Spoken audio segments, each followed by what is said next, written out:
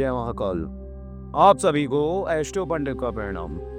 दोस्तों, आपने वशीकरण के बारे में बहुत कुछ सुना होगा। वशीकरण कर दूंगा 3 घंटे में, 2 घंटे में, 1 घंटे में और पूरा जादू करके रख दूंगा। किसी की भी ज़िंदगी बदल सकता हूँ, चैलेंज देता हूँ मैं। एक ही कार्ड कोई नहीं है। ऐसे विज्ञापन आपको बहुत सारे इंस्टाग्राम, फेसबुक, यूट्यूब अखबारों में भरे मिलेंगे। अगर आप इनसे पूछेंगे ना वशीकरण की परिभाषा क्या है, उस परिभाषा को ये लोग नहीं जानते हैं। वशीकरण अपने आप में एक बहुत बड़ी चीज़ है, जिसको पहचानना ही नहीं होता, उसे करना भी होता है।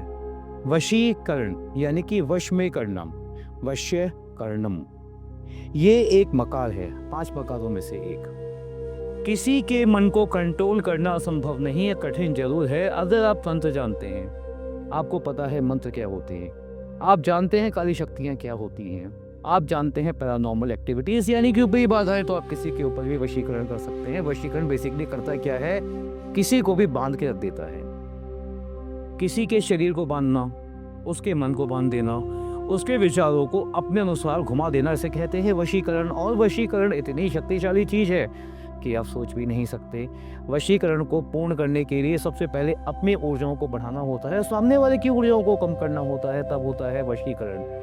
वशीकरण के बहुत सारे विधान हैं, जैसे मोहिनी अप्सरा वशीकरण, अप्सरा वशीकरण, काली वशीकरण, लोना चमारी वशीकरण, वित्यन वशीकरण, और भी अनेकों विधान दिए गए हैं वशीकरण पे। लेकिन लोग कहते हैं मुझसे, गुरुजी मैंने वशीकरण किया था, मुझे असर नहीं हुआ। अब मान लीजिए आपका शुक्र बैठा हुआ है 6ठे भाव में, तो आपका मन विचलित रहेगा, आपका मन अन्य लोगों की तरफ आकर्षित रहेगा। तो आपके लिए जो वशीकरण काम करेगा वो करेगा रंभा अप्सरा वशीकरण। अगर आप ऐसे में उर्वशी वशीकरण करते हैं तो आपको उससे लाभ की प्राप्ति नहीं होगी और किसी भी हाल में नहीं होगी। तो सबसे पहले आपको अपनी कुंडली चेक करवानी चाहिए। कुंडली नहीं है तो अपनी फेस रीडिंग करवानी चाहिए।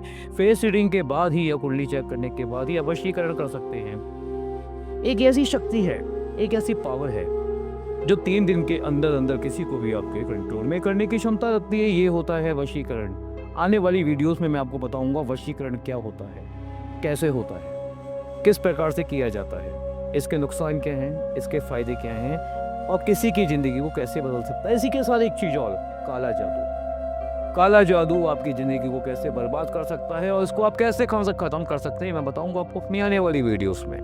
जय श्री कृष्णा।